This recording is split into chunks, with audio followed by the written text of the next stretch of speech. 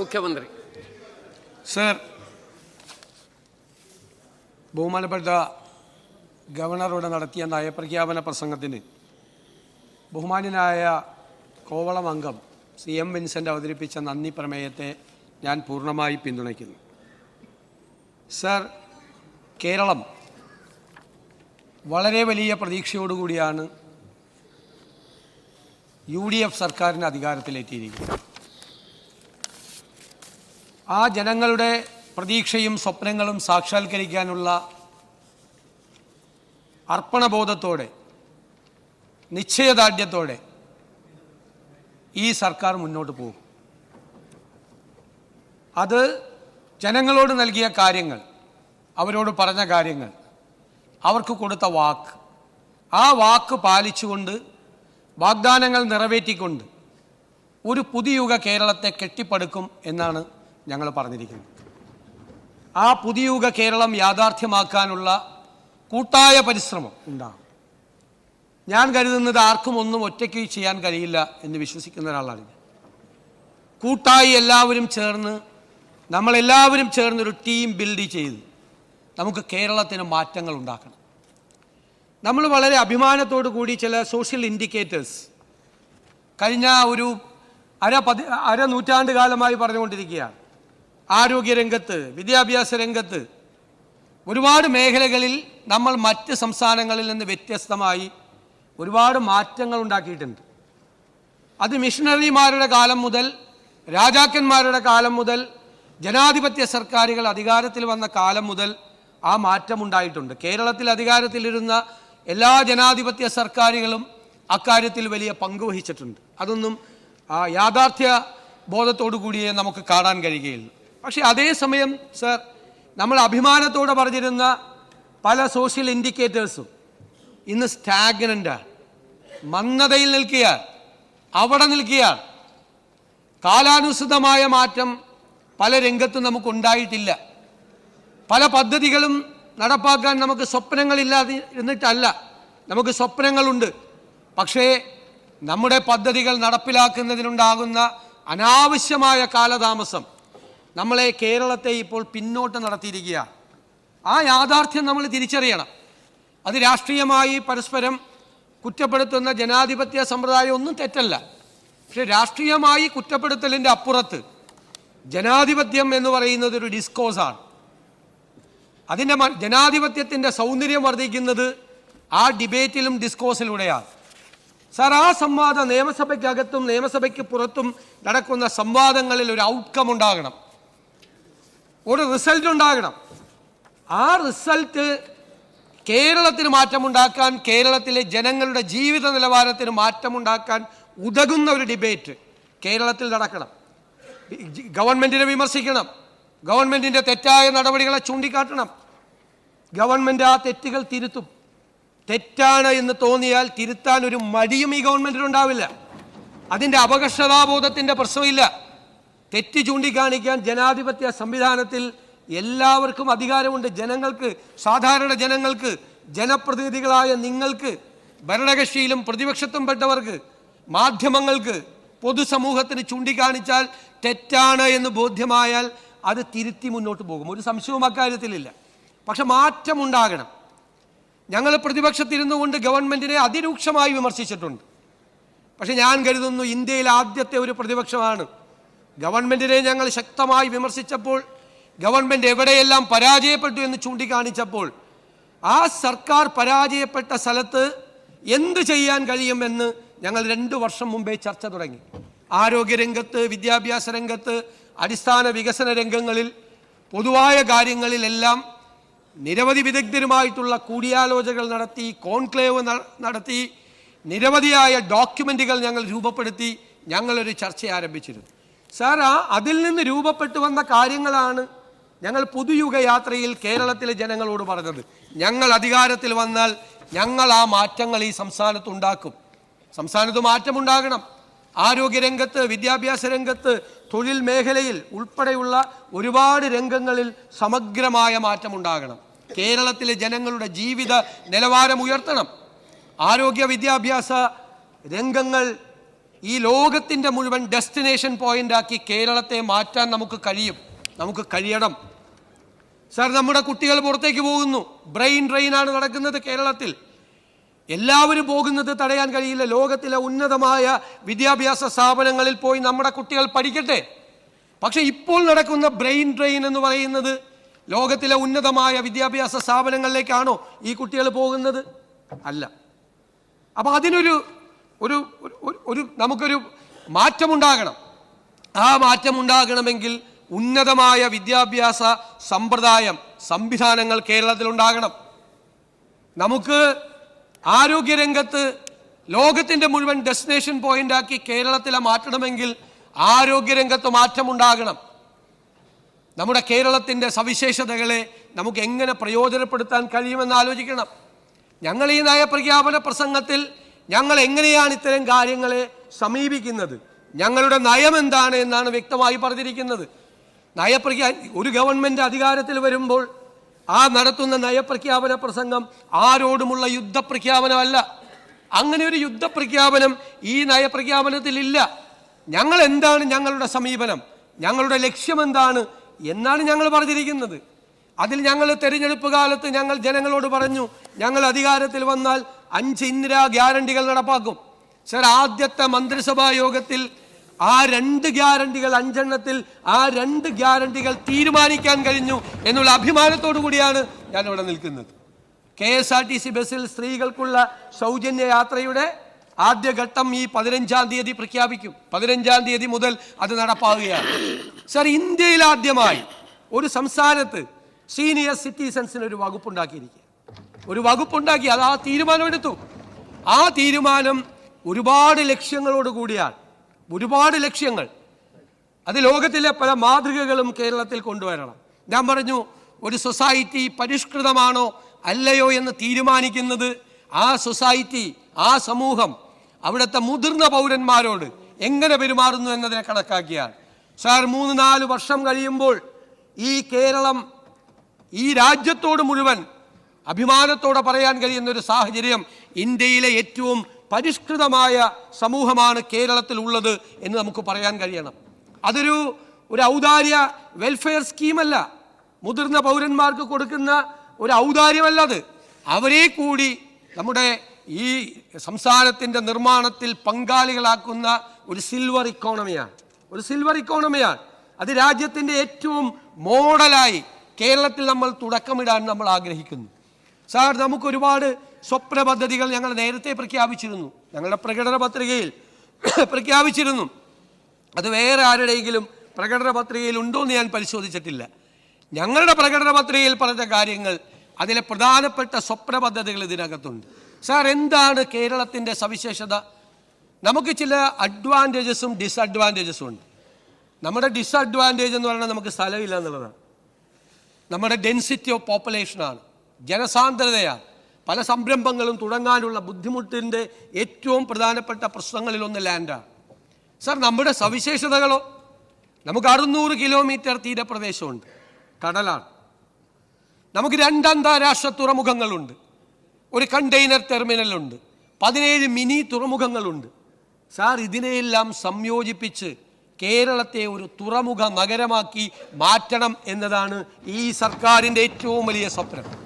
തുറമുഖ നഗരമാക്കി മാറ്റണം.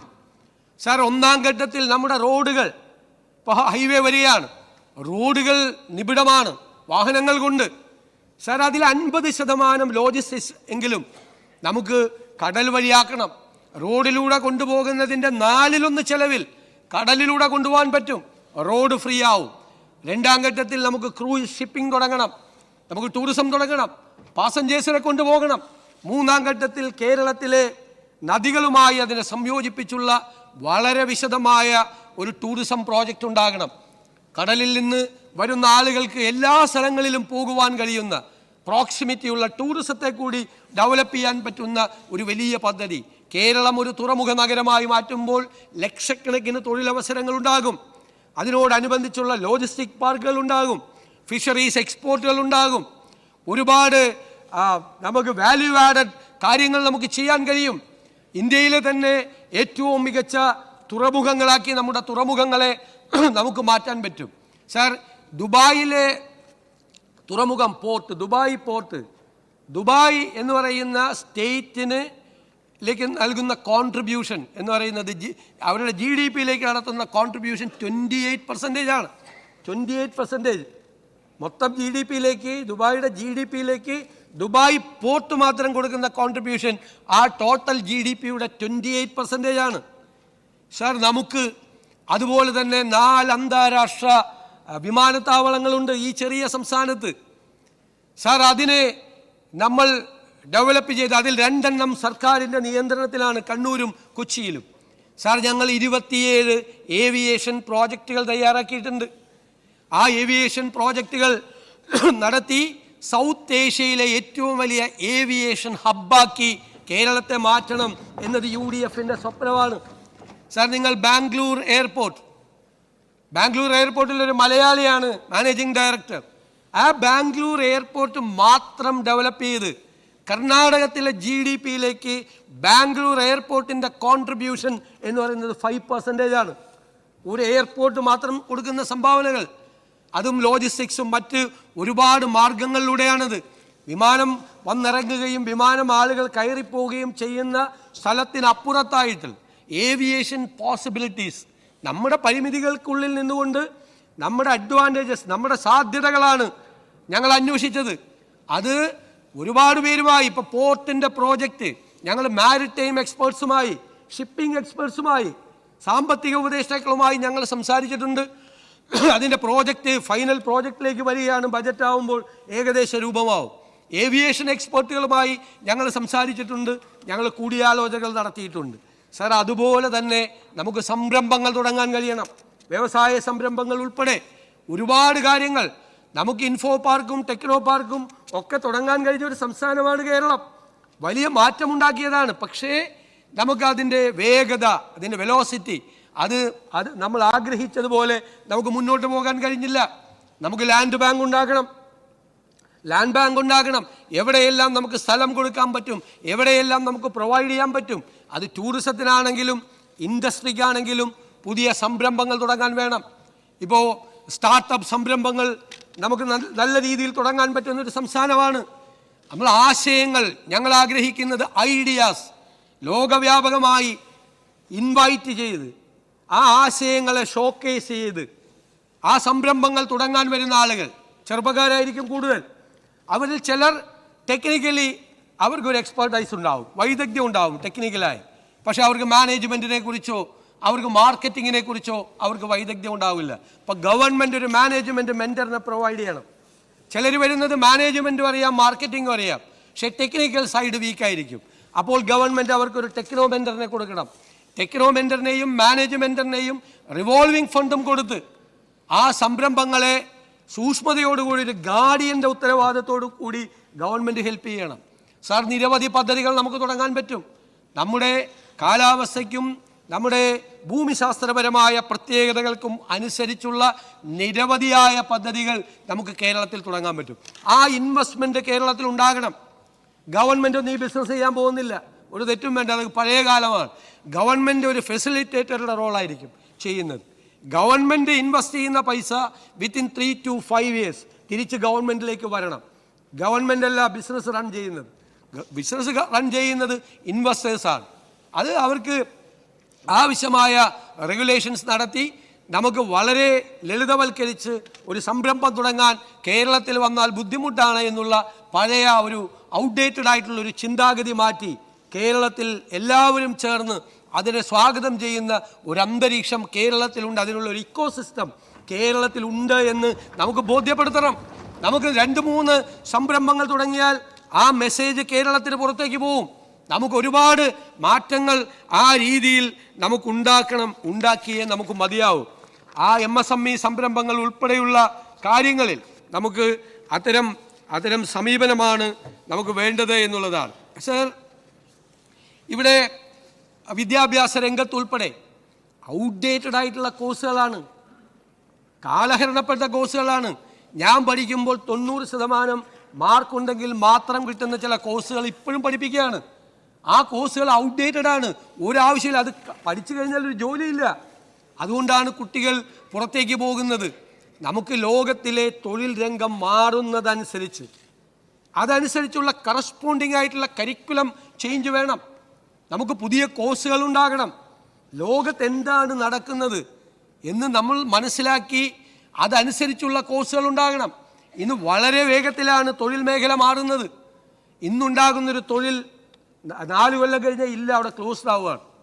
പക്ഷെ വേറൊരു സ്ഥലത്ത് വേറൊരു ഓപ്പണിംഗ് ഉണ്ടാവുകയാണ്. സ്കില്ലായിട്ടുള്ള ഒരു വർക്കർക്ക് പെട്ടെന്ന് ജോലി ഇല്ലാതാവുകയാണ്. അയാളെ നമ്മൾ റീസ്കില്ല് ചെയ്ത് അതിനയക്കണം. ഇതാണ് ലോകത്തെ തൊഴിൽ രംഗം. ആ തൊഴിൽ രംഗത്തിന് കറസ്പോണ്ടിങ് ആയിട്ട് കരിക്കുലത്തിൽ ചേഞ്ച് വരുത്തണം. ബാക്കിയുള്ള തൊഴിൽ മേഖലകളിൽ അതിൻ്റെതായ മാറ്റങ്ങൾ വരുത്തുമ്പോഴാണ് നമ്മുടെ കുട്ടികൾക്ക് തൊഴിലവസരങ്ങൾ ഉണ്ടാക്കുന്നത്. നമ്മുടെ നാട്ടിലും പുറത്തും അവർക്ക് തൊഴിലവസരം നമുക്ക് ഉണ്ടാക്കി കൊടുക്കാൻ കഴിയുന്നത്. സർ, അതുപോലെ തന്നെ അതിശക്തമായൊരു നിലപാട് നമ്മൾ മയക്കുമരുന്നിനെതിരായി സ്വീകരിക്കണം. കേരളം നമ്മുടെ ഡെമോഗ്രാഫിക് ഡിവിഡൻ്റാണ് നമ്മുടെ യുവത്വം എന്ന് പറയുന്നത്. നമ്മുടെ ജനസംഖ്യയിലെ ഒരു 60-65% ആ യങ്സ്റ്റേഴ്സാണ്.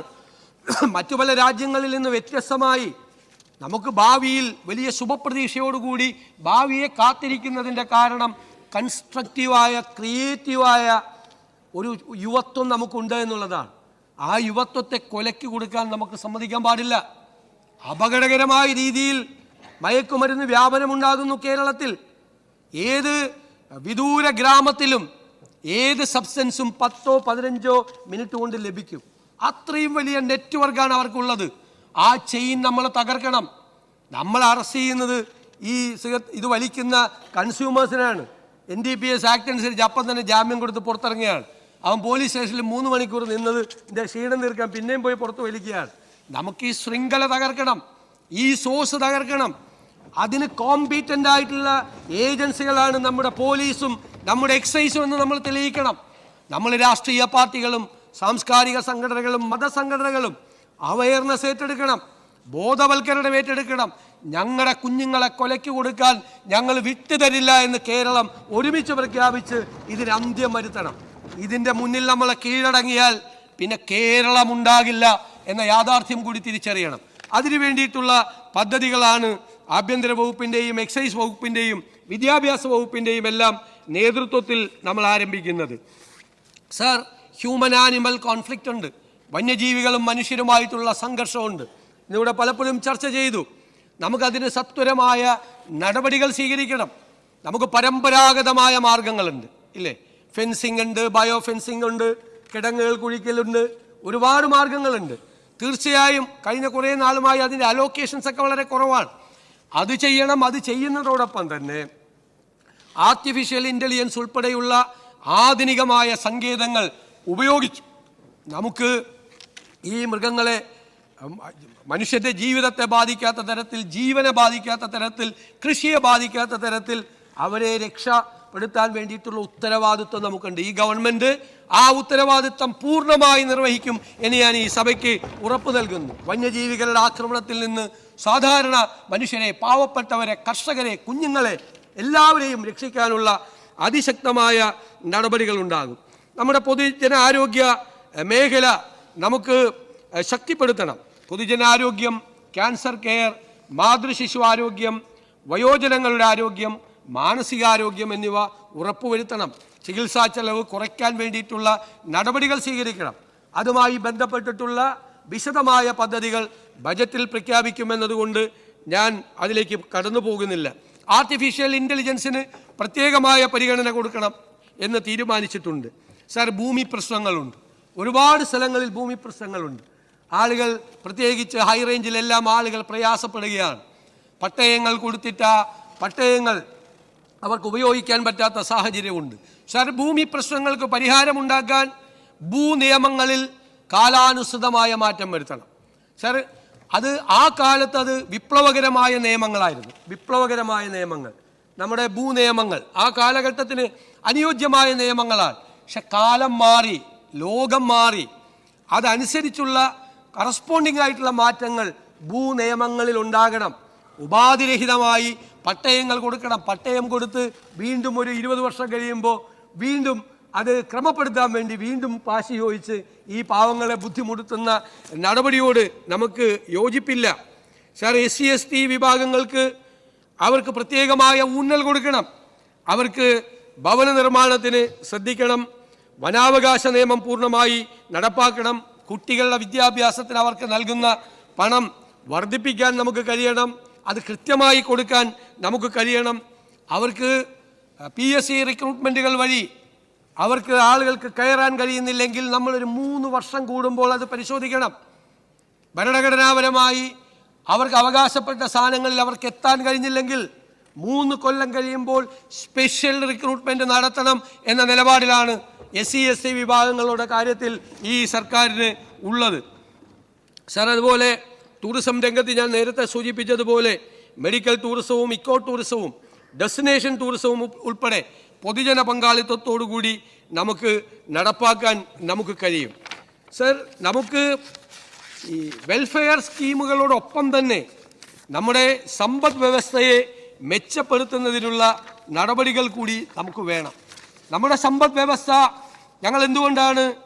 ഞങ്ങളൊരു ധവളപത്രം ഇറക്കാൻ തീരുമാനിച്ചത്? ഞാൻ പറഞ്ഞല്ലോ, അതൊരു പൊളിറ്റിക്കൽ ഡോക്യുമെൻ്റായിട്ടല്ല ഇറക്കിയിരിക്കുന്നത്. നിങ്ങൾക്കത് വായിച്ചാൽ മനസ്സിലാവും. യഥാർത്ഥ സ്ഥിതി ഞാൻ ഇന്ത്യയിലെ എല്ലാ സ്റ്റേറ്റ് ഫിനാൻസും പ്രശ്നത്തിലാണ്. അതിലേറ്റവും രൂക്ഷമായ പ്രശ്നം അനുഭവിക്കുന്ന സ്റ്റേറ്റ് ഫിനാൻസ് എന്ന് പറയുന്നത് കേരളമാണ്. ഞാൻ ഒന്ന് രണ്ട് കാര്യങ്ങൾ മാത്രമാണ് അതുമായി ബന്ധപ്പെട്ട് സംസാരിക്കാൻ ആഗ്രഹിക്കുന്നത്. സർ, ഇപ്പോൾ ഒരു ബജറ്റ് അവതരിപ്പിച്ചു. ബഹുമാനപ്പെട്ട മുൻ ധനകാര്യമന്ത്രി ഇവിടെ ഉണ്ട്. അദ്ദേഹം ഒരു ബജറ്റ് അവതരിപ്പിച്ചു. ആ ബജറ്റിൽ ഇതൊരു ഭയങ്കര ഷോക്കിംഗ് ആയിട്ടുള്ളൊരു ഇൻഫർമേഷനാണ് തരുന്നത്. ആ ബജറ്റ് 35,000 കോടി രൂപയുടെ പ്ലാനാണ്. 35,000 കോടി രൂപയുടെ പദ്ധതിയാണ്. സാർ, ഈ ഗവൺമെൻറ് ഈ അധികാരം ഞങ്ങളിലേക്ക് വന്നപ്പോൾ ഞങ്ങൾ നോക്കിയപ്പോൾ കഴിഞ്ഞ ബജറ്റിലെ 35,000 കോടി രൂപയുടെ പ്ലാനിൽ 20,000 കോടി ഇല്ല. കാരണം എന്താ? ആ പ്ലാൻ തയ്യാറാക്കിയത് നിങ്ങൾ അറിയണം, എല്ലാ MLA-മാരും അറിയണം. ഒരു ഗവൺമെൻറ്റും അഭിമുഖീകരിക്കാത്ത ഏറ്റവും ഗുരുതരമായൊരു പ്രശ്നമാണ് ഞങ്ങൾ ഫേസ് ചെയ്യുന്നത്. എന്താണ്? ഇവരെങ്ങനെയാണ് കണക്കാക്കിയത്? 15ാം ധനകാര്യ കമ്മീഷൻ റവന്യൂ ഡെഫിസിറ്റ് ഗ്രാന്റ് കൊടുത്തിരുന്നു. 55,000 കോടി കൊടുത്തിരുന്നു 5 കൊല്ലമായിട്ട്. ഈ ഗവൺമെൻറ് കിട്ടിയ വലിയ നേട്ടമാണ് കഴിഞ്ഞ ഗവൺമെൻറ്. അപ്പോൾ 16ാം ധനകാര്യ കമ്മീഷൻ വരും. 16ാം ധനകാര്യ കമ്മീഷൻ വരുമ്പോൾ റവന്യൂ ഡെഫിസിറ്റ് ഗ്രാന്റ് 14,137 കോടി രൂപ ഈ ഫസ്റ്റ് ഇയറിൽ ലഭിക്കും. അതാണ് അദ്ദേഹത്തിൻ്റെ കണക്ക്. 16ാം ധനകാര്യ കമ്മീഷൻ തീരുമാനിച്ചു റവന്യൂ ഡെഫിസിറ്റ് ഗ്രാന്റ് നിർത്തി. സർ, അത് കിട്ടുമെന്ന് കരുതി പ്ലാൻ ആരെങ്കിലും തയ്യാറാക്കും? പ്ലാൻ അത് കിട്ടിയേക്കും. അത് എന്ത് കണക്കാണ്? 14,137 കോടി അത് കിട്ടിയേക്കും. അതായത് 16ാം ധനകാര്യ കമ്മീഷൻ റവന്യൂ ഡെഫിസിറ്റ് ഗ്രാന്റ് പ്രഖ്യാപിക്കുമ്പോൾ ഒരു 14,137 കോടി നമുക്ക് കിട്ടും ഫസ്റ്റ് ഇയറിൽ. അതില്ല, പോയി. പ്ലാനിൽ നിന്ന് 14,137 കോടി രൂപ പോയി. സാർ, പിന്നെയുള്ള കണക്ക് എന്താണ്? പിന്നെയുള്ള കണക്ക് 16ാം ധനകാര്യ കമ്മീഷൻ 15ാം ധനകാര്യ കമ്മീഷൻ 1.92% നികുതി വിഹിതം. അവരത് വർദ്ധിപ്പിക്കും. ഊഹമാണ്, വൈൽഡ് ഗസ്സാണ്. അത് അവർ വർദ്ധിപ്പിച്ച് അത് 2.8 ആക്കും. 2.8 ആക്കും. പക്ഷെ അവർ വർദ്ധിപ്പിച്ചു. പക്ഷെ 2.38 മാത്രമാണ് അവരാക്കിയത്. സർ, അപ്പോൾ എത്രയാ പോയത്? അപ്പോൾ വീണ്ടും ഒരു 5,000 കോടി കൂടി പോയി. മറ്റ് ചില പ്രതീക്ഷിച്ച ഗ്രാൻറ്റുകളിൽ നിന്ന് ഒരു 600 കോടി രൂപ പോയി. ഞാൻ ചോദിക്കട്ടെ, കേരളത്തിൻ്റെ ചരിത്രത്തിൽ അധികാരത്തിൽ വന്ന ഏതെങ്കിലും ഗവൺമെൻറ് ഇതുപോലൊരു അന്തരീക്ഷം ഫേസ് ചെയ്തിട്ടുണ്ടോ? 35,000 കോടി രൂപയുടെ പ്ലാനിൽ 20,500 കോടി ഇല്ല. അല്ലല്ല, ഞാൻ തീർത്തോട്ടെ, അതൊരു സംശയം ചോദിക്കാം. 20,500 കോടി ഇല്ല. Let me complete. I will give you an opportunity. 20,500 കോടി രൂപയില്ല. നീ എന്ത് ചെയ്യും? അതാണ് ഒരു വലിയ വെല്ലുവിളിയാണ്. പ്ലാൻ തയ്യാറാക്കുമ്പോൾ, ബജറ്റ് തയ്യാറാക്കുമ്പോൾ ഒരു ഗവൺമെന്റിന്റെ മുന്നിലുള്ള ഏറ്റവും വലിയ വെല്ലുവിളിയാണ്. അതാണ് സാർ ഈ ധവളപത്രത്തിൽ പറയുന്നത്. ബഹുമാനപ്പെട്ട പ്രതിപക്ഷ നേതാവ് ഇന്നലെ സംസാരിച്ചപ്പോൾ ഒരു കാര്യമില്ലാതെ പറഞ്ഞു ധവളപത്രം എന്ന് പറയുന്ന ഉമ്മാക്കി കാണിച്ച് ഭയപ്പെടുത്തേണ്ടതാണ്. സാർ, ഞാൻ അങ്ങയോട് വളരെ വിനയത്തോടു കൂടി പറയുന്നു, സാർ, ഈ ധവളപത്രം ഉമ്മാക്കിയല്ല, നിങ്ങളുടെ മുമ്പിൽ വച്ചിരിക്കുന്ന കണ്ണാടിയാണ്. 10 കൊല്ലക്കാലത്തെ സാമ്പത്തിക മിസ്മാനേജ്മെന്റിന്റെ കൂടി കണ്ണാടിയാണ്. അത് ഉമ്മാക്കിയല്ല. ഞങ്ങൾ ആരെയും ഉമ്മാക്കി കാണിച്ച് ഭയപ്പെടുത്തില്ല. കണ്ണാടിയാണ്. ആ കണ്ണാടിയിലേക്കൊന്ന് നോക്കണം സാർ, എന്നിട്ട് പുറകിലേക്കൊന്ന് സഞ്ചരിക്കണം. ഞാൻ ഇത് ടേബിളിൽ വെച്ച വൈറ്റ് പേപ്പർ ആയതുകൊണ്ട് ഞാൻ ഒന്നും പറയുന്നില്ല സാർ, ഞാൻ വിശദാംശങ്ങൾ പറയുന്നില്ല. ഇതിനകത്ത് എല്ലാ കണക്കുകളുണ്ട്, എല്ലാ കണക്കുകളും. സാർ പറഞ്ഞു, അങ്ങ് പറഞ്ഞു ഫാക്ട് ചെക്ക് ചെയ്തിട്ടുണ്ടോ എന്ന്. സാർ, ഫാക്ട് ചെക്ക് ചെയ്തിട്ടുണ്ട്. ACS ഫിനാൻസ് ആണ് ഈ കമ്മിറ്റിയുടെ കൺവീനർ. ഞങ്ങൾക്ക് ഇന്നലെയാണ് റിപ്പോർട്ട് കിട്ടിയതെന്ന് അങ്ങേക്ക് എങ്ങനെ അറിയാം? ഞങ്ങൾ റിപ്പോർട്ട് തയ്യാറാക്കിയിട്ട് ഒരാഴ്ചയ്ക്ക് മുമ്പ് തയ്യാറാക്കിയതാണ്. ഞാൻ ആ റിപ്പോർട്ട് തയ്യാറാക്കുന്നതിൻ്റെ 5 യോഗങ്ങളിൽ 2-3 മണിക്കൂർ പങ്കെടുത്ത ആളാണ്. എല്ലാ കാര്യങ്ങളിലും ഇടപെട്ടിട്ടുള്ള ആളാണ്. അതിൻ്റെ ഫ്രെയിം, ധനകാര്യ വകുപ്പിൻ്റെ ചുമതല കൂടി വഹിക്കുന്ന ആളെന്നുള്ള നിലയിൽ അതിൻ്റെ ചാപ്റ്റർ ഫ്രെയിം ചെയ്യുന്ന കാര്യത്തിൽ, അതിൻ്റെ വൈറ്റ് പേപ്പറിൻ്റെ ഫ്രെയിം ചെയ്യുന്ന കാര്യത്തിൽ, അതിൻ്റെ ഫാക്ട് ചെക്ക് ചെയ്യാനുള്ള സംവിധാനം, എല്ലാ ഫാക്റ്റും, ഇതിനകത്തുള്ള എല്ലാ കണക്കുകളും അത് കൗണ്ടർ ചെക്ക് ചെയ്തിട്ടാണ് സാർ ഇവിടെ അവതരിപ്പിക്കുന്നത്. അപ്പോൾ അത് അങ്ങ് പറഞ്ഞത് നല്ല ചോദ്യമാണ്. ഫാക്ട് ചെക്ക് ചെയ്യണം. ഫാക്ട് ചെക്ക് ചെയ്തപ്പോൾ പുറത്തു വന്ന കുറേ കൗശലങ്ങളുണ്ട് ഇതിനകത്ത്. ആളുകളെ കബളിപ്പിക്കുന്ന കൗശലങ്ങളുടെ ചില കണക്കുകൾ കൂടിയുണ്ട്. ആ കണക്ക് കൂടി ഇതിനകത്ത് പുറത്തു വെച്ചിട്ടുണ്ട്. ആളുകളെ കളിപ്പിക്കാനുള്ളതല്ല കണക്കെന്ന് പറയുന്നത്. റിയലിസ്റ്റിക് ആയിരിക്കണം സാർ കണക്ക്. എങ്ങനെയാണ് ഇതിന് മുന്നോട്ട് പോകണം എന്നുള്ളത് ഏറ്റവും പ്രധാനപ്പെട്ട ഒരു കാര്യമാണ്. സാർ, ഞാനൊരു ദീർഘമായിട്ടൊന്നും ഒരുപാട് കാര്യങ്ങളൊന്നും പ്രസംഗിക്കുന്നില്ല, ഒരുപാട് സമയവും ഞാൻ എടുക്കുന്നില്ല. പക്ഷേ നമ്മൾ അറിയേണ്ടത് ഒരു ഗവൺമെൻറ്, ആ ഗവൺമെൻറ്റിൻ്റെ മുന്നിലുള്ള പ്രതിസന്ധികൾ, ഇപ്പോൾ പറഞ്ഞു ധനപ്രതിസന്ധി, ആ ധനപ്രതിസന്ധി ഉണ്ട്. ഇപ്പോൾ ഇമ്മീഡിയറ്റ് ആയിട്ട് ഈ ഗവൺമെൻറ് കൊടുക്കേണ്ട പണത്തെക്കുറിച്ച് പറഞ്ഞിട്ടുണ്ട്. കഴിഞ്ഞ കുറേ ദിവസങ്ങളായിട്ട് ഇവിടെയുള്ള പ്രചരണം എന്താ? 6000 കോടി രൂപ ട്രഷറിയിൽ ബാക്കി വെച്ചിട്ടുണ്ട്. സാർ, ട്രഷറിയിൽ പൈസ വരും, പല രീതിയിൽ വരും. ഇത് IGST ഗ്രാൻറ്റിൻ്റെ പൈസ വന്നു ലാസ്റ്റ് ആയപ്പോഴേക്കും. വേറെ ചില കേന്ദ്ര ഗവൺമെൻറ്റിൻ്റെ ഗ്രാൻറ്റ് വന്നു. സാർ, മെയ് 16-ാം തീയതി നമ്മൾ എന്നാണ് അധികാരത്തിലേറ്റെടുക്കുന്നത്? അതിന് ശേഷമാണ് 18. മെയ് 16-ാം തീയതി 6000 കോടി ഉണ്ടോ? 2000 കോടി രൂപയുള്ളൂ.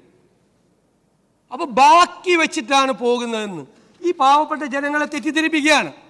പാവപ്പെട്ട ജനങ്ങളെ, ഇവിടെ ഇരിക്കുന്ന ലെജിസ്ലേച്ചർ സെക്രട്ടേറിയറ്റിലൊരു സ്റ്റാഫിന് 50,000 രൂപ സാലറി ഉണ്ടെന്ന് സങ്കല്പിക്കുക. 50,000 രൂപ കൂടുതലുണ്ടെന്ന് എനിക്കറിയാം. 50,000 രൂപ ആൾക്ക് 25,000 രൂപ പലചരക്കടയിൽ കൊടുക്കണം ശമ്പളം കിട്ടുമ്പോൾ.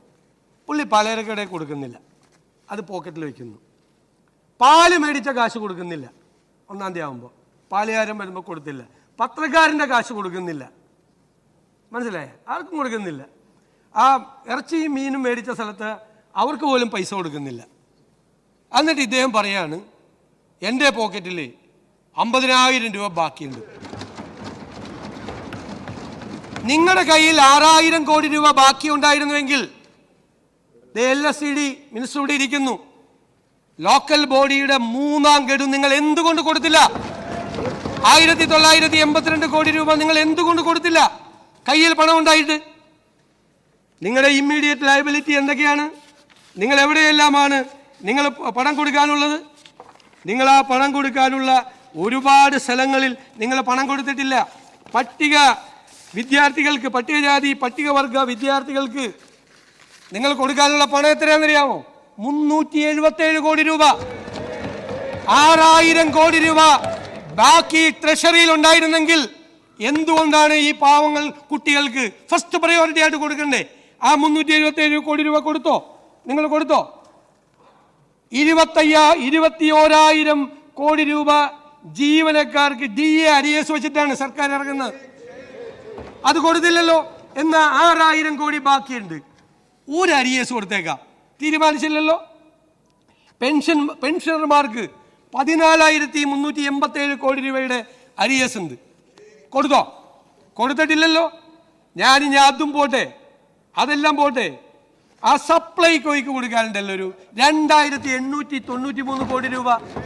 ഏറ്റവും രൂക്ഷമായ വിലക്കയറ്റം നിൽക്കുന്ന ഒരു സംസ്ഥാനത്ത് 6000 കോടി രൂപ ട്രഷറിയിലുണ്ട്.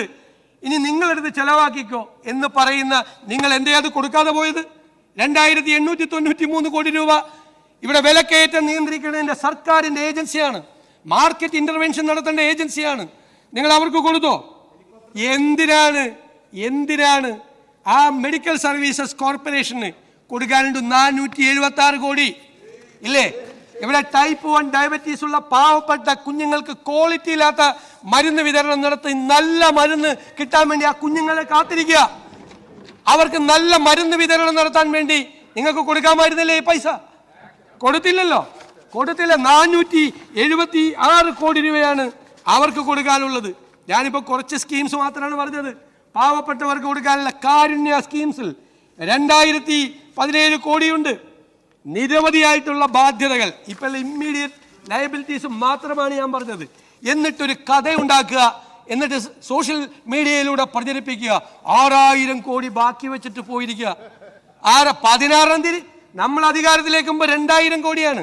ഞാൻ ഇതിനെക്കുറിച്ച് എല്ലാ ഡീറ്റെയിൽ ഈ വൈറ്റ് പേപ്പറിൽ എഴുതിയിട്ടുണ്ട്. ട്രഷറി ബാലൻസിനെ കുറിച്ചും ട്രഷറി ബാലൻസിന്റെ സിസ്റ്റത്തെക്കുറിച്ചും. അത് ഓരോ സമയത്ത് ചിലപ്പോൾ പൈസ വരും, ഓരോ സമയത്ത് പൈസ വരും. പക്ഷേ നമ്മുടെ ലയബിലിറ്റീസ് അവിടെ നിൽക്കുകയാണ്. മനസ്സിലായില്ലേ? ലെജിസ്ലേച്ചർ സെക്രട്ടേറിയറ്റിലെ ജീവനക്കാരൻ 50,000 രൂപ പോക്കറ്റിൽ വെച്ചിട്ട് നമ്മളോട് പറയാണ്, കണ്ട ശമ്പളം കംപ്ലീറ്റ് എൻ്റെ പോക്കറ്റിലുണ്ടെന്ന്. ഭാര്യയോടെ ഒന്ന് പറയാണ്, ഭാര്യയോട് എൻ്റെ പോക്കറ്റിലുണ്ട്, ഞാൻ ഒരു പൈസ ചിലവാക്കിയിട്ടില്ല. കൊടുക്കാനുള്ള കടക്കാർ വാതിൽ നിൽക്കുകയാണ്. വാതിൽ തുറന്ന പത്രക്കാരനും പാലുകാരനും പലചരക്ക് കടക്കാരനും ഇറച്ചി മേടിച്ചവരും മീൻ മേടിച്ച കൊണ്ടുവന്ന പാവപ്പെട്ട സ്ത്രീയൊക്കെ പുറത്തു നിൽക്കുകയാണ്.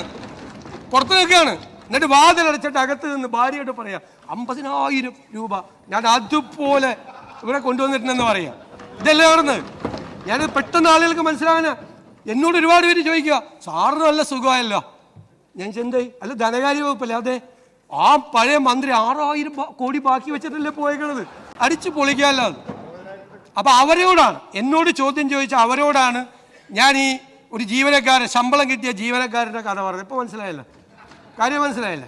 ഇതാണ് സാമ്പത്തിക അവസ്ഥ. സാർ, ഇതിന് മാറ്റമുണ്ടാകണം. സമ്പദ് വ്യവസ്ഥ ഞങ്ങൾ കമ്പയർ ചെയ്തിട്ടുണ്ട്. ബാക്കിയുള്ള സ്റ്റേറ്റിലെ സമ്പദ് വ്യവസ്ഥയുമായിട്ട് ഓരോ ഇൻഡിക്കേറ്റേഴ്സുമായിട്ട് കമ്പയർ ചെയ്ത് വളരെ മോശമാണ്. നമ്മുടെ ഇൻട്രസ്റ്റ് റേറ്റ് നമുക്ക് വളരെ കൂടുതലാണ്. ഒരുപാട് കാര്യം കിഫ്ബിയെ കുറിച്ച് പറഞ്ഞിട്ടുണ്ട്. എന്താ സാർ കിഫ്ബി ഉണ്ടാക്കിയപ്പോൾ ഉള്ള പ്രഖ്യാപനം? ഇന്നും ബഹുമാനപ്പെട്ട പ്രതിപക്ഷ നേതാവ് അതിനെക്കുറിച്ച് പറഞ്ഞു. എന്താ കിഫ്ബി കൊണ്ടുവന്നപ്പോൾ ഇവിടെ എഴുന്നേറ്റ് നിന്ന് പ്രതിപക്ഷത്തിരുന്ന് ലീഗൽ ഒബ്ജക്ഷൻ നടത്തിയ ഒരാളാണ്. അത് ഭരണഘടനാ വിരുദ്ധമാണ്, നിങ്ങളുടെ പർപ്പസ് സെർവ് ചെയ്യത്തില്ല എന്ന് പറഞ്ഞ ആളാണ്. എന്താണ് ചെയ്യുന്നത്? ബജറ്റിൽ നിന്ന്, നമ്മുടെ വരുമാനത്തിൽ നിന്ന് ഒരു തുക എടുത്തുകൊണ്ട് പോകുന്നു എല്ലാ വർഷവും. 2000-3000 കോടിയാണ്. അതായത് നമ്മുടെ മോട്ടോർ വെഹിക്കിൾ സെസ്. അതാണ് കിഫ്ബിയുടെ ഒരു ബജറ്റിന് പുറത്താണ്, സർക്കാരിന് പുറത്താണെന്ന് പറയുന്ന സാധനമാണ്. അങ്ങോട്ട് കൊണ്ടുപോകുന്നു. ഇവിടെ നിന്നാണ് കൊണ്ടുപോകുന്നത്. ബജറ്റേതര എക്സ്ട്രാ ബജറ്ററി ഇതാണ് സംഭവമായിട്ടാണ് അവതരിപ്പിച്ചത്. ഈ പൈസ അങ്ങോട്ട് കൊണ്ടുപോകുന്നു. പിന്നെ ബാക്കി കടം മേടിച്ചേക്കണ പലിശ നിരക്ക് കേട്ടാൽ നിങ്ങൾ തലചുറ്റി വീഴും. കടം മേടിച്ചേക്കണ നമ്മൾ ഗ്ലോബൽ ഫിനാൻസ് മാർക്കറ്റ് അറിയാവുന്ന ഒരാൾ കണ്ട ബോധം പോകും. ഈ റേറ്റിന് ഇൻട്രസ്റ്റ് റേറ്റാണ് പൈസ മേടിച്ചത്. ആ ബോറോയിങ് എന്തിൻ്റെ കെയർ ഓഫിലാണ്? Sovereign guarantee of the state. ഈ സ്റ്റേറ്റ് സോവറിൻ ഗ്യാരണ്ടി കൊടുക്കണം കടം മേടിക്കുന്നതിന്. ഇവിടെ നിന്ന് പൈസ, ബജറ്റിൽ നിന്ന് പൈസ എടുത്ത് അങ്ങോട്ട് കൊടുക്കണം. ഇത് രണ്ടും കൂടി കൂട്ടിയിട്ടാണ് അവരുടെ തുക. ഇനി ഈ തുക ഇവർക്ക് ഒറ്റയ്ക്ക് അടയ്ക്കാൻ പറ്റുമോ? പറ്റില്ല. എന്തുകൊണ്ടാ? ഒറ്റ സെൽഫ് ഇൻകം ജനറേറ്റിംഗ് ആയിട്ടുള്ള ഒരു സ്കീമും ഇല്ല കിഫ്ബിയിൽ. ഞാനൊന്ന് കാല് പിടിച്ച് പറഞ്ഞു അന്നത്തെ ധനകാര്യമന്ത്രിയോട്, നിങ്ങളൊരു 50% പ്രോജക്റ്റ് നിങ്ങൾ സെൽഫ് ഇൻകം ജനറേറ്റിംഗ് ആയിട്ട് വെച്ചാൽ ഈ പൈസ അടച്ചു പോകും, സർക്കാരിൽ ബാധ്യത വരില്ല. അപ്പോൾ അൾട്ടിമേറ്റ് ആയിട്ട് വരുന്നത് നമ്മുടെ ബജറ്റിൻ്റെ തലയിലേക്ക് വരും. പിന്നെ ഒരു ഉപായം പറഞ്ഞത് എന്താ? കടമെടുപ്പിൻ്റെ പരിധിയിൽ, അതായത് GSDPയുടെ 3%, ഇപ്പോൾ 3.5 ഉണ്ട് കണ്ടീഷണലായിട്ട്, അത്രേ കടമെടുക്കാൻ കേന്ദ്ര ഗവൺമെൻറ് സമ്മതിക്കുകയുള്ളൂ. ഇതാണെങ്കിൽ കേന്ദ്ര ഗവൺമെൻറ് കാണാതെ വേറെ പുറത്തുനിന്ന് കടമെടുക്കാമെന്ന് പറഞ്ഞു. ഞാൻ പറഞ്ഞു അത് അവർ സമ്മതിക്കില്ല. കാരണം സ്റ്റേറ്റ് ഫിനാൻസ് കൺട്രോൾ ചെയ്യാൻ വേണ്ടിയിട്ടാണ് അത് FRBM ആക്ട് കൊണ്ടുവന്നത്. അത് ചെയ്യരുതെന്ന് പറഞ്ഞു. എന്താ പറ്റിയത്? ഇപ്പോൾ അത് കടമെടുപ്പിൻ്റെ പരിധിയിലാക്കി. അതുകൂടി ഞങ്ങളുടെ തലയിലാണ്. ഞങ്ങൾക്ക് കടമെടുക്കാൻ ഈ നിശ്ചിതമായ 3.5, അതിൽ 0.5 പവർ സെക്ടറിലെ കടമെടുക്കാൻ പറ്റുള്ളൂ. 3% GSCPയുടെ കടമെടുക്കാൻ പറ്റുന്നത്. അതിനകത്ത് ഞങ്ങൾക്ക് കടമെടുക്കാൻ എല്ലാ സർക്കാരും കടമെടുക്കണ്ടേ? ആ കടമെടുക്കാനുള്ള തുക ഇതിൽ നല്ലൊരു ഭാഗം ഈ കിഫ്ബിക്ക് വേണ്ടി തിരിച്ചടക്കണം. ഇതാണ് സ്ഥിതി. ആ കിഫ്ബി ഉണ്ട്. എന്നിട്ട് അതൊരു പ്രത്യേകമായ സാമ്രാജ്യം. ധനകാര്യ വകുപ്പോട് യാതൊരു ബന്ധമില്ല. ധനകാര്യ വകുപ്പിലേക്ക് ഫയൽ വരില്ല, പ്രോപ്പറായിട്ടുള്ള ഓഡിറ്റിംഗ് ഇല്ല, ഒന്നുമില്ലാതെ ഒരു പ്രത്യേകമായ വേറൊരു സാമ്രാജ്യം, വേറൊരു ലോകം സൃഷ്ടിച്ചിരിക്കുകയാണ് അവിടെ. അതിനെപ്പറ്റി ഒരു ചാപ്റ്റർ ഉണ്ട്. അങ്ങ് നിങ്ങൾ വായിക്കണം, നിങ്ങൾ വായിക്കണം. അത് സ്റ്റേറ്റ് എക്സ്ചക്കറിനെ ഏതെല്ലാം തരത്തിൽ ഭരണകക്ഷിയിലായിരുന്നുവെങ്കിലും അന്ന് ഇപ്പോൾ ഇരിക്കുന്ന ബഹുമാനപ്പെട്ട അമ്പലപ്പുഴ അംഗം അദ്ദേഹം അതിനെ വളരെ ഭംഗിയായിട്ട് അതിൻ്റെ കുറവുകൾ അന്ന് മനസ്സിലാക്കിയ ആളാണെന്നാണ് എൻ്റെ വിചാരം. അന്ന് നിങ്ങൾ ആലോചിക്കണം, അദ്ദേഹം മുൻ മന്ത്രിയായിരുന്ന സി മുഹമ്മദ് റിയാസ് ഇവിടെ ഇരിക്കുന്നു. PWD എന്ന് പറയുന്നത് നമ്മുടെ ഏറ്റവും എഫിഷ്യൻ്റ് ആയിട്ടുള്ളൊരു സംവിധാനമാണ്. എന്തെങ്കിലും കുറവുണ്ടെങ്കിൽ നമുക്ക് പരിഹരിക്കാവുന്നതല്ലേ. ഏറ്റവും എഫിഷ്യൻ്റ് ആയിട്ടുള്ളൊരു സംവിധാനമാണ്. അങ്ങ് PWD മന്ത്രിയായിരുന്നു. നന്നായി ചെയ്യാവുന്ന ഒരു സിസ്റ്റം ഉണ്ട്. അവിടെ നിന്നുള്ള ഈ വർക്കെല്ലാം എടുത്തിട്ട് പുറത്ത് ഇതുപോലത്തെ ഒരു ഏജൻസിക്ക് കൊടുത്ത് അവരെ കൊണ്ട് ചെയ്തു വലിയ തുക മേടിച്ച് 9%, 9.72% പലിശയ്ക്ക് മേടിച്ചിട്ട് ഇവിടെ കൊണ്ടുവന്നിട്ട് 6% പലിശയ്ക്ക് ബാങ്കിലിടുക. ആ പലിശ കൊടുക്കുക. ആരാണ് അൾട്ടിമേറ്റ് ആയിട്ട് കൊടുക്കേണ്ടത്? ബജറ്റിലാണ് അതിൻ്റെ മുഴുവൻ ബാധ്യത വന്നിരിക്കുന്നത്. അതിന് ആ വർക്കിലൊക്കെ ഉണ്ടായിരിക്കുന്ന അൺനെസസറി ആയിട്ടുള്ള ഡിലേ ഇല്ലേ, ഭയങ്കര ഡിലേ ആണ്. PWDയിൽ ഡിലേ വരുന്നത് എപ്പോഴും ഒരു കോൺട്രാക്ടർ ഇട്ടിട്ട് പോയാലേ. ഇല്ലെങ്കിൽ ഒരു സിസ്റ്റം ഉണ്ട് PWDക്ക്, ഇപ്പോഴും ഉണ്ട് ഒരു സിസ്റ്റം. കുറച്ചുകൂടി ശ്രദ്ധിച്ചാൽ കുറേ കൂടെ ഭംഗിയാക്കുക. ഒരു കോൺട്രാക്ടർ ഇട്ടിട്ട് പോയാൽ അയാളെ റിസ്ക് ആൻഡ് കോസ്റ്റിൽ അയാളെ മാറ്റി പിന്നെ ഒരു പുതിയ ടെൻഡർ വെച്ച് കോൺട്രാക്ട് ചെയ്യുമ്പോഴാണ് പ്രശ്നം. ഇതെല്ലാം ആ സിസ്റ്റം എല്ലാം തകർത്ത് അതിൻ്റെ പുറത്തേക്ക് ഇങ്ങനെ ഒരു സംവിധാനം ഉണ്ടാക്കി. ആ സംവിധാനം ഇന്നിപ്പോൾ ഞങ്ങളുടെ തലയിലിരിക്കുകയാണ്. ഉള്ള കാര്യം പറഞ്ഞതാണ്. അത് ഞാൻ എല്ലാ MLA-മാരും കൂടി അറിയാൻ പറയുകയാണ്. അത് ഒന്നുകൂടി പരിശോധിച്ച് വിദഗ്ധാഭിപ്രായങ്ങൾ കൂടി തേടി ആർക്കും ദോഷമില്ലാത്ത കാര്യത്തിൽ സ്റ്റേറ്റിനും ചെയ്ത വർക്കുകൾക്കും ഒന്നും ദോഷകരമല്ലാത്ത രീതിയിൽ എല്ലാ MLA-മാർക്കും ടെൻഷനാണ്. ഭരണകക്ഷിയിലും പ്രതിപക്ഷത്തും പെട്ടവർക്ക് വർക്ക് അവാർഡ് ചെയ്തു. ചിലത് AS കൊടുത്തു, ചിലത് TS കൊടുത്തു, ചിലത് ആകാശത്തും ഭൂമിയിലല്ലാതെ ചില വർക്ക് നിൽക്കുന്നു. എന്താണ് സംഭവിക്കാൻ പോകുന്നതിൻ്റെ ഭീതിയാണ്.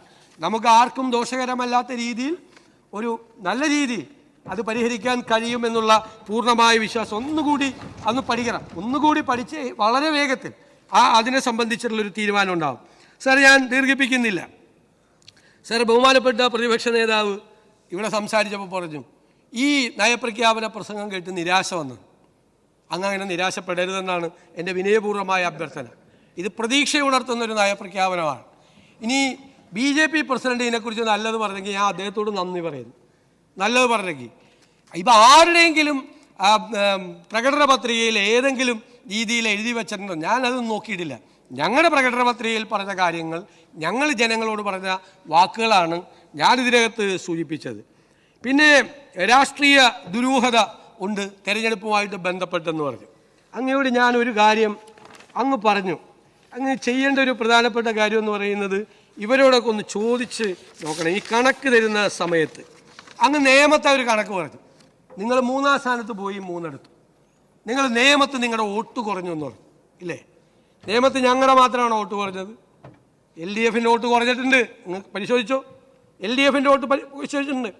ഇനി ഇത് പറഞ്ഞപ്പോൾ അങ്ങയുടെ ഉപദേശകരെ അങ്ങയുടെ ശ്രദ്ധയിൽപ്പെടുത്താത്തൊരു കാര്യം കൂടി പറയാം. ചാത്തന്നൂര് ഞങ്ങൾക്ക് വോട്ട് കൂടിയിട്ടുണ്ട്. ഞങ്ങൾക്ക് 1000-ഓളം വോട്ട് കൂടിയപ്പോൾ നിങ്ങളുടെ LDFിൻ്റെ 11,771 വോട്ട് താഴോട്ട് പോയി. അപ്പോൾ നിയമത്തെ കാര്യം മാത്രം പറഞ്ഞാൽ പോരല്ലോ, ചാത്തന്നൂരിൻ്റെ കാര്യം പറയണ്ടേ? കഴക്കൂട്ടത്ത് UDF 4,188 കൂടുതൽ മേടിച്ചു. നിങ്ങളുടെ വോട്ട് എത്ര പോയെന്നറിയാമോ? 17,554. എന്നിട്ട് ബഹുമാനപ്പെട്ട പ്രതിപക്ഷ നേതാവ് കഴക്കൂട്ടത്ത് നിങ്ങളുടെ വോട്ട് കുറഞ്ഞെന്ന് പറഞ്ഞു. കഴക്കൂട്ടത്ത് നമ്മൾ 2 പേരെ കുറഞ്ഞു. മനസ്സിലായ? പിന്നെ അല്ല, നിയമത്ത് കഴക്കൂട്ടത്ത് ഞങ്ങൾക്ക് 2 ഞങ്ങളുടെ വോട്ട് കൂടി. ചാത്തന്നൂരും കൂടി, കഴക്കൂട്ടത്ത് നമ്മുടെ കൂടി ഭയങ്കരമായിട്ട്. കഴക്കൂട്ടത്ത് നിങ്ങളുടെ വോട്ട് 17,554, ചാത്തന്നൂര് 11,771 പോയി. അപ്പം അങ്ങ് ഇവിടെ പറഞ്ഞ വാദഗതി കറക്റ്റാണെങ്കിൽ നിങ്ങൾ പ്ലാൻ ചെയ്ത് ജയിപ്പിച്ചാണ് അവർ 3 പേരെ. കറക്റ്റാണ്, അതാണല്ലോ പറഞ്ഞത്. അങ്ങനെ ഉദ്ദേശിച്ചത് അതാണല്ലോ. ഞങ്ങൾ 3-ാം സ്ഥാനത്ത് പോയിട്ട് ഞങ്ങൾ അന്നും 3-ാം സ്ഥാനത്താണ് കഴിഞ്ഞ പ്രാവശ്യം ഇവരെ സഹായിപ്പിച്ച. അങ്ങ് പറഞ്ഞ ആർഗ്യുമെൻ്റ് കറക്റ്റാണെങ്കിൽ നിങ്ങളാണ് ഓൺ എ സിൽവർ പ്ലാറ്റർ ഒരു വെള്ളിത്താളത്തിലാക്കി നിങ്ങളുടെ നേതാക്കന്മാർ പ്രതിനിധാനം ചെയ്തിരുന്ന ആ സീറ്റുകൾ BJPക്ക് സമ്മാനിച്ചു ആണ്. അങ്ങ് പറഞ്ഞ ആർഗ്യുമെൻ്റ് ശരിയാണെങ്കിൽ അതാണ്, നിങ്ങളാണ് കൊടുത്തത്. അതിനെയാണ് ഞങ്ങൾ ഡീലാണ് എന്ന് പറഞ്ഞത്. നിങ്ങൾ തമ്മിൽ ഡീലുണ്ടായിരുന്നു എന്ന് ഞങ്ങൾ പറഞ്ഞത്. അത് മറയ്ക്കാൻ വേണ്ടിയിട്ട് അപ്പോൾ കണക്കുകൾ കൃത്യമായിട്ടുണ്ടാവും, ആർക്കും മാറ്റി മറിക്കാനൊന്നും പറ്റില്ല. പിന്നെ അതുപോലെ ഞാൻ എല്ലാ കാര്യത്തെയും കുറിച്ച് പറയുന്നില്ല. ആര്യാടൻ ഷൗക്കത്തിന് കൊടുത്ത മറുപടി അങ്ങ് 2-ാം ലോക മഹായുദ്ധകാലത്തേക്കൊക്കെ പോയി പഴയ കമ്മ്യൂണിസ്റ്റ് പാർട്ടിയുടെ കാര്യങ്ങളൊക്കെ പറഞ്ഞു. എന്നിട്ടൊരു വാചകം പറഞ്ഞു, സോവിയറ്റ് യൂണിയൻ നിഷ്പക്ഷമായിരുന്നു, പിന്നീട് ബ്രിട്ടൻ്റെ കൂടെ കൂടിയെന്ന്. അല്ല ബഹുമാനപ്പെട്ട പ്രതിപക്ഷ നേതാവ്, 1939 സ്റ്റാലിൻ ഹിറ്റ്ലർ പാക്റ്റ് ഉണ്ട്, അറിയാമോ? ഹിറ്റ്ലർ ഈ പണി തുടങ്ങിയിട്ട് കുറേ നാളായല്ലോ. ആളുകളെ കൊല്ലാൻ, ജൂതന്മാരെ കൊല്ലാൻ, എതിരാളികളെ കൊല്ലാൻ ഗ്യാസ് ചേമ്പർ തുടങ്ങി, നാട്ടുകാരെയെല്ലാം നാട് കടത്തി, എല്ലാം ആളുകളെ കൊന്നുകൊണ്ടിരിക്കുന്ന കാലത്ത് കമ്മ്യൂണിസ്റ്റ് നേതാവായിരുന്ന സ്റ്റാലിൻ ഹിറ്റ്ലറുമായി ഒരു ഉടമ്പടി ഉണ്ടാക്കി. 1939 ഹിറ്റ്ലർ സ്റ്റാലിൻ പാക്ട്. അന്ന് സോവിയറ്റ് യൂണിയൻ പറയുന്നത് നിങ്ങൾ കേൾക്കുള്ളൂ, സ്റ്റാലിൻ പറയുന്നത് കേൾക്കുള്ളൂ. കേരളത്തിൽ അങ്ങ് ചെറിയ പ്രായത്തിലായിരിക്കും, പക്ഷെ കേരളത്തിലെ ഇന്ത്യയിലെ കമ്മ്യൂണിസ്റ്റുകാർ സ്റ്റാലിൻ പറയണ കേൾക്കുള്ളൂ. സ്റ്റാലിൻ ഹിറ്റ്ലറുടെ കൂടെയാണെങ്കിൽ ഹിറ്റ്ലറുടെ കൂടെയായിരുന്നു. ഇന്ത്യയിലെ കമ്മ്യൂണിസ്റ്റ് പാർട്ടി നേതാക്കന്മാരും പ്രവർത്തകരും എടുത്ത തീരുമാനങ്ങളെല്ലാം ഹിറ്റ്ലറുടെ കൂടെ. കാരണം എന്താ? വലിയ യജമാനൻ സ്റ്റാലിൻ ഹിറ്റ്ലറുടെ കൂടെ നിൽക്കുന്നു. പിന്നെ ഹിറ്റ്ലർക്ക് ഈ സ്ഥിരതയില്ലാത്തതുകൊണ്ട് അറിയാമല്ലോ, ഹിറ്റ്ലറുടെ സ്വഭാവം അറിയാമല്ലോ. 41 ആയപ്പോൾ ഹിറ്റ്ലർ കയറി റഷ്യ ആക്രമിച്ചു, മോസ്കോ ആക്രമിച്ചു. അതാണ് അപ്പോഴാണ് സോവിയറ്റ് യൂണിയൻ നിഷ്പക്ഷ നിലപാടല്ല, ഹിറ്റ്ലറുടെ കൂടെ ഉണ്ടായിരുന്ന നിലപാട് മാറ്റി നേരെ ഇപ്പുറത്ത് ഈ അലയൻസിൻ്റെ കൂടെ കൂടുന്നത്. അപ്പം നിങ്ങൾ മാറി, അത് കറക്റ്റാണ്. അപ്പം മാറി. സ്റ്റാലിൻ മാറിക്കഴിഞ്ഞാൽ പിന്നെ മാറാതിരിക്കാൻ പറ്റുമോ? അവിടെ മഴ പെയ്താൽ ഇവിടെ കുടപിടിച്ച് കിടക്കുന്ന ആളല്ല. മോസ്കോയിൽ മഴ പെയ്താൽ തിരുവനന്തപുരത്ത് കുടപിടിച്ച് കിടക്കുന്ന കമ്മ്യൂണിസ്റ്റുകാരാണ്. വളരെ നിർണായകമായ ഒരു നിലപാടായിരുന്നു അത്. അങ്ങതിനെ മറ്റൊരു രീതിയിൽ അവതരിപ്പിക്കുകയാണ്. സോവിയറ്റ് യൂണിയൻ ഉദയം ചെയ്തിട്ട് കുറച്ച് കാലമേ ആയിട്ടുള്ളൂ. ആ ഘട്ടത്തിൽ ഒരാക്രമണം സോവിയറ്റ് യൂണിയന് നേരെ വന്നാൽ അത് പിടിച്ചു നിൽക്കാനുള്ള വിഷമം അന്ന് സോവിയറ്റ് യൂണിയനുണ്ട്. അത് കണ്ടുകൊണ്ടാണ് തൽക്കാലം ആക്രമണം വരാതിരിക്കണം. എന്നാൽ എന്തു ചെയ്തു? ആക്രമണം വരുന്നാൽ അതിനെ തിരിച്ചടിക്കാനുള്ള എല്ലാ തയ്യാറെടുപ്പുകളും ഇവിടെ ആരംഭിച്ചു. അതിൻ്റെ ഭാഗമായി ഞാൻ പറഞ്ഞു തീർത്തോട്ടെ. അതിൻ്റെ ഭാഗമായി ആ താൽക്കാലിക സന്ധി എന്തിനുപയോഗിച്ചു? സോവിയറ്റ് യൂണിയനെ അതിശക്തമായി ശക്തിപ്പെടുത്തുന്നതിനുള്ള നടപടികളിലേക്ക് കടന്നു.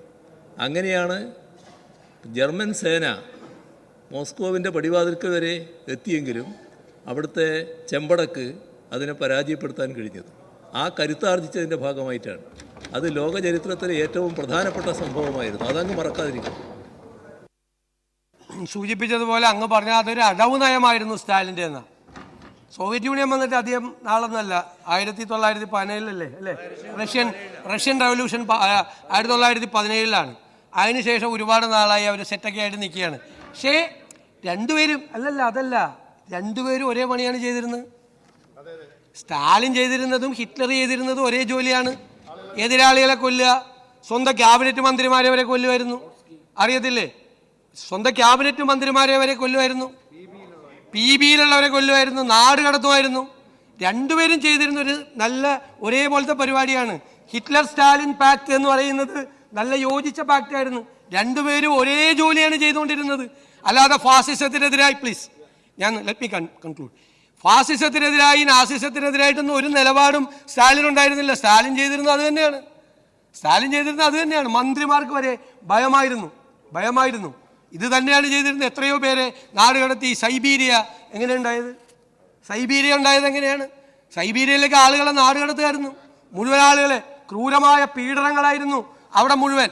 ഞാൻ അങ്ങേക്ക് എല്ലാം തെളിയിച്ചു തരാം. എനിക്ക് ഏറ്റവും ഇഷ്ടപ്പെട്ട വിഷയങ്ങളിലൊന്നാണ് ഈ ഒന്നാം ലോക മഹായുദ്ധത്തിനും രണ്ടാം ലോക മഹായുദ്ധത്തിനും ഇടയിലുള്ള ലോകത്തെ ഈ വിഷയങ്ങൾ. അപ്പോൾ അതുകൊണ്ടാണ് ഞാൻ ഇത് കാണാതെ പറയുന്നത്. എനിക്കറിയാവുന്നതുകൊണ്ടാണ്. എനിക്ക് വലിയ പാഷനേറ്റ് ആയിട്ടുള്ള ഏരിയയാണ്. ഇതാണ് സംഭവം, അല്ലാതെ അടവ് നയമൊന്നുമല്ല. അവരുടെ കൂടെ ആയിരുന്നു. പിന്നെ ഹിറ്റ്ലർ കൺസിസ്റ്റൻ്റ് അല്ല. ഇത് ഇന്നെടുക്കുന്ന തീരുമാനം നാളെ അല്ല. അതുകൊണ്ട് അയാൾ ഒരു ദിവസം കയറി അറ്റാക്ക് ചെയ്യാണ്. ഇവിടെ അറ്റാക്ക് ചെയ്തപ്പോഴാണ് ഇവരിപ്പുറത്തോട്ട് കൂടിയത്. അല്ലാതെ അതിൻ്റെ അകത്തൊന്നും. നിങ്ങളുടെ പ്രശ്നം എന്താണ്? ഇന്ത്യയിലെ കമ്മ്യൂണിസ്റ്റുകാരുടെ ഞാൻ പറഞ്ഞതുപോലെ മോസ്കോയിൽ മഴ പെയ്താൽ ഇവിടെ കൊച്ചിയിൽ കുട പിടിക്കും, അല്ലെങ്കിൽ തിരുവനന്തപുരത്ത് കുട പിടിക്കും. അതായിരുന്നു. സ്വന്തമായൊരു നയമൊന്നും ഉണ്ടായിരുന്നില്ല. പിന്നെ രാജ്യത്തെ ഭയങ്കരമായി സ്നേഹിച്ചു കമ്മ്യൂണിസ്റ്റുകാർ എന്ന് പറയരുത്. ജവഹർലാൽ നെഹ്റുവിൻ്റെ നേതൃത്വത്തിൽ ബ്രിട്ടീഷ് ആധിപത്യത്തിന് അന്ത്യം കുറിച്ചുകൊണ്ടൊരു ജനാധിപത്യ ഭരണകൂടം ഉണ്ടായി ഇന്ത്യയിൽ 1947. 48 നിങ്ങളെടുത്ത തീരുമാനം എന്താ? കൽക്കട്ട തീസിസ്. എന്താ തീരുമാനം? നാട് മുഴുവൻ അട്ടിമറിക്കാൻ, അല്ലേ? പാവപ്പെട്ടവൻ സഞ്ചരിച്ചിരുന്ന ട്രെയിനുകൾ അട്ടിമറിക്കാൻ, ബോംബ് വെച്ച് അട്ടിമറിക്കാൻ, സായുധ വിപ്ലവം നടത്തി ജനാധിപത്യ രീതിയിൽ അധികാരത്തിൽ വരുന്ന ഒരു ഗവൺമെന്റിനെ ഇല്ലായ്മ ചെയ്യാൻ കൽക്കട്ട തീസിസ് നടപ്പാക്കി രാജ്യം മുഴുവൻ അക്രമം അഴിച്ചുവിട്ട് സ്വതന്ത്ര ഇന്ത്യയുടെ ബാലാരിഷ്ടതകളിൽ നിന്ന് വിങ്ങുമ്പോൾ ഒരു 2 നേരം പോലും ഭക്ഷണം കൊടുക്കാൻ നിവർത്തിയില്ലാതെ ബ്രിട്ടീഷുകാർ ചവിട്ടിമെതിച്ച ഒരു രാജ്യത്ത് അവർക്ക് ഒരു നേരത്തെ ഭക്ഷണം കൊടുക്കാൻ ലോകത്തിൻ്റെ മുന്നിൽ ഭിക്ഷാപാത്രവുമായി പണ്ഡിറ്റ് ജവഹർലാൽ നെഹ്റു കൈ നീട്ടി നിൽക്കുമ്പോൾ PL 480 എന്ന് പറയുന്ന ധാന്യം വരുന്ന കപ്പലുകൾക്ക് വേണ്ടി ഈ രാജ്യം കാത്തിരിക്കുമ്പോൾ, പാവപ്പെട്ടവന് ഭക്ഷണം കൊടുക്കാൻ പ്രയാസപ്പെടുമ്പോൾ, വിദ്യാഭ്യാസം കൊടുക്കാൻ, ആരോഗ്യം കൊടുക്കാൻ പ്രയാസപ്പെടുന്നൊരു കാലത്ത്, കഷ്ടപ്പെടുന്നൊരു കാലത്ത് ഈ രാജ്യത്തെ തകർക്കാൻ ശ്രമിച്ച കമ്മ്യൂണിസ്റ്റ് പാരമ്പര്യത്തെക്കുറിച്ച് ദയവേത് പറയും. അതാണ് കമ്മ്യൂണിസ്റ്റ് പാരമ്പര്യം, രാജ്യത്തെ തകർക്കാൻ ശ്രമിച്ചത്. ഞാൻ ദീർഘിപ്പിക്കുന്നില്ല. സർ, മഹാത്മാഗാന്ധിയൊക്കെ അവർ ബ്രിട്ടീഷുകാരോട് പോരാടുമ്പോൾ തന്നെ കോൺഗ്രസിനൊരു ഐഡിയോളജി ഉണ്ട്. എന്താണ്? ഫാസിസത്തിനും നാസിസത്തിനും എതിരായിട്ടുള്ള ഒരു ഐഡിയോളജി. ബ്രിട്ടീഷ് മേൽക്കോയ്മയ്ക്കെതിരെ പോരാടുമ്പോൾ അത് അപകടകരമാണ് എന്ന് പറയുമ്പോൾ, സാമ്രാജ്യത്വം അപകടകരമാണ് എന്ന് പറയുമ്പോൾ, അതിനേക്കാൾ അപകടമാണ് ലോകത്ത് ഫാസിസം കൊടികുത്തി വാഴുന്നത്. ഫാസിസം ലോകത്ത് വളരുന്നത് ലോകത്തെ അപകടത്തിലേക്ക് എത്തിക്കും എന്ന് തിരിച്ചറിയാനുള്ള ബുദ്ധിശക്തി മഹാത്മാഗാന്ധിക്കും പണ്ഡിറ്റ് ജവഹർലാൽ നെഹ്റു ഉണ്ടായിരുന്നു. ലോകത്തെ പ്രത്യയശാസ്ത്രങ്ങളെ, ലോകത്തെ എല്ലാ ഇസങ്ങളെയും, ലോകത്തിൻ്റെ ചരിത്രത്തെ മുഴുവൻ കൈവെള്ളയിൽ ഒതുക്കി അറിയാമായിരുന്ന നേതാക്കളായിരുന്നത് കൊണ്ടാണ് അവർ ഏറ്റവും സുചിന്തിതമായ തീരുമാനം, അഭിമാനകരമായ തീരുമാനമെടുത്തത് എന്ന് മാത്രം ഓർപ്പിക്കുന്നു. മലബാർ കലാപത്തിൽ ഒറ്റുകാരായിരുന്നില്ല കോൺഗ്രസ്സുകാർ. മലബാർ കലാപത്തിന് നേതൃത്വം കൊടുത്ത കോൺഗ്രസ് നേതാക്കന്മാരുടെ പേര് ഞാനിവിടെ എണ്ണി പറയാം. അബ്ദുറഹ്മാൻ സാഹിബ് ഉൾപ്പെടെയുള്ള ആളുകളുടെ പേരുകൾ, കേളപ്പജി ഉൾപ്പെടെയുള്ള ആളുകളുടെ പേരുകൾ, അവിടെ നാരായണ മേനോൻ ഉൾപ്പെടെയുള്ള നിരവധി നേതാക്കളുടെ പേരുകൾ, ആൻഡമാനിലേക്ക് നാട് കടത്തപ്പെട്ട കോൺഗ്രസ്സുകാരുടെ പേരുകൾ പറയാം. ആ മലബാർ കലാപത്തിന് നേതൃത്വം കൊടുത്ത, അവരെ ചേർത്ത് പിടിച്ച കോൺഗ്രസ് നേതാക്കന്മാർ ഒറ്റുകാരായിരുന്നില്ല സാർ. അവർ ഒറ്റുകാരായിരുന്നില്ല. അവർ ഒറ്റുകാര് ഈ സ്റ്റാലിൻ ഹിറ്റ്ലർ പാക്ട് നടക്കുന്ന കാലത്ത്, ക്വിറ്റ് ഇന്ത്യ സമരകാലത്ത് കോൺഗ്രസ് നേതാക്കന്മാർ ഒളിച്ചിരിക്കുന്ന സ്ഥലം ഒറ്റിക്കൊടുക്കാൻ നടന്നിരുന്ന കമ്മ്യൂണിസ്റ്റുകാരായിരുന്നു.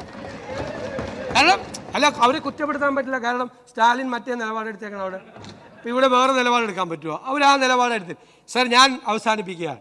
സാർ, ഈ നയപ്രഖ്യാപനം ഭാവി കേരളത്തിന് വേണ്ടിയിട്ടുള്ള ഒരു പോളിസി ഡിക്ലറേഷനാണ്. കുറവൊക്കെ ഉണ്ടാവും. കുറവൊക്കെ ഉണ്ടെങ്കിൽ ഇവിടെ പറഞ്ഞിരിക്കുന്ന MLA മാരും പ്രതിപക്ഷ നേതാവും മറ്റ് ഭരണകക്ഷി MLA എല്ലാവരും പറഞ്ഞിരിക്കുന്ന കാര്യങ്ങൾ കൂടെയൊക്കെ പരിഗണിച്ച് ബജറ്റിൽ അതിൻ്റെ കുറവ് കൂടി ഇല്ലാതാക്കും. ആ കുറവ് കൂടി പരിഹരിക്കാൻ വേണ്ടി ശ്രമിക്കും. ഞാൻ ആദ്യമായി ഈ നിയമസഭയോട് എനിക്ക് അഭ്യർത്ഥിക്കാനുള്ളത്, ഈ നിയമസഭ ജാഗ്രതയോടുകൂടി പ്രവർത്തിക്കണം. MLA ജാഗ്രതയോടുകൂടി പ്രവർത്തിക്കണം. സർക്കാരിൻ്റെ പ്രവർത്തനങ്ങളെ സൂക്ഷ്മമായി വിലയിരുത്തണം. നല്ല കാര്യങ്ങൾ ഉറക്കെ വിളിച്ച് നല്ലതാണെന്ന് പറഞ്ഞില്ലെങ്കിലും സ്വകാര്യത്തിലെങ്കിലും പറയണം, നന്നായിരുന്നു. തെറ്റായ കാര്യങ്ങൾ ചൂണ്ടിക്കാട്ടണം. ശരി, അത് തെറ്റാണ് എന്ന് ഞങ്ങൾക്ക് ബോധ്യമായാൽ ഞങ്ങളത് കറക്റ്റ് ചെയ്യും. നമുക്ക് കേരളത്തിനൊരു മാറ്റമുണ്ടാക്കണം. നമ്മുടെ വരാനിരിക്കുന്ന തലമുറകൾക്ക്, നമ്മുടെ മക്കൾക്കും കൊച്ചുമക്കൾക്കും ജീവിക്കാൻ പറ്റുന്നൊരു സ്ഥലമാണ് കേരളമെന്നുണ്ടാകണം. സാർ, എനിക്ക് അഭിമാനമുണ്ട്. ഈ തെരഞ്ഞെടുപ്പ് ഞങ്ങൾ ഞങ്ങളുടെ ടീം UDF എടുത്ത ഒരു സുപ്രധാനമായ നിലപാടുണ്ട്. ആ നിലപാട് അഡമന്റ് ആയിട്ടുള്ള സെക്യുലർ നിലപാടാണ്, വിട്ടുവീഴ്ചയില്ലാത്ത മതേതര നിലപാടാണ്. ഞങ്ങൾ ഒരാളായിട്ട് കോംപ്രമൈസ് ചെയ്തില്ല. ഞങ്ങൾ പറഞ്ഞു തെരഞ്ഞെടുപ്പിന്റെ പീക്കിൽ നിൽക്കുമ്പോൾ ഞങ്ങളുടെ കയ്യിൽ വോട്ട് ബാങ്ക് ഉണ്ട് എന്ന് പറഞ്ഞ് ചിലർ വന്നു. ഞങ്ങൾ പറഞ്ഞു വോട്ട് ബാങ്ക് ഉണ്ടെങ്കിൽ കയ്യിൽ വെച്ചോ, വർഗീയത പറയരുതെന്ന് മുഖത്ത് നോക്കി പറഞ്ഞു ഞങ്ങൾ. സാർ, അതിന് മതേതര കേരളം നൽകിയ അംഗീകാരമാണ് ഞങ്ങളുടെ ഈ ഉജ്ജ്വലമായ വിജയം. മതേതര കേരളം, ജാതിമത ചിന്തകൾക്ക് അതീതമായി ഒരു മതേതര സ്വഭാവം നമ്മുടെ മക്കളും കൊച്ചുമക്കളും ഉള്ള കേരളത്തിൽ എല്ലാവരും സൗഹാർദ്ദത്തോടെ ജീവിക്കാനുള്ള അന്തരീക്ഷം. ഞാൻ ഈ നിയമസഭയ്ക്ക് ഉറപ്പ് നൽകുന്നു, തെരഞ്ഞെടുപ്പ് കാലത്ത് കോംപ്രമൈസ് ചെയ്തിട്ടില്ല. പിന്നെയാണ് ഇനിയുള്ള കാലത്ത് ഒരു കോംപ്രമൈസും വർഗീയതയുമായി ഉണ്ടാവില്ല, ഒരു വിട്ടുവീഴ്ചയും ചെയ്യില്ല. വർഗീയതയെ അതിൻ്റെ മുഖം നോക്കി വിമർശിക്കുക തന്നെ ചെയ്യും എന്ന് മാത്രം വിനയപൂർവ്വം പറഞ്ഞുകൊണ്ട് ഈ നന്ദി പ്രമേയത്തിന് ഒരിക്കൽ കൂടി പിന്തുണ അർപ്പിച്ചുകൊണ്ട് ഞാൻ നിർത്തും.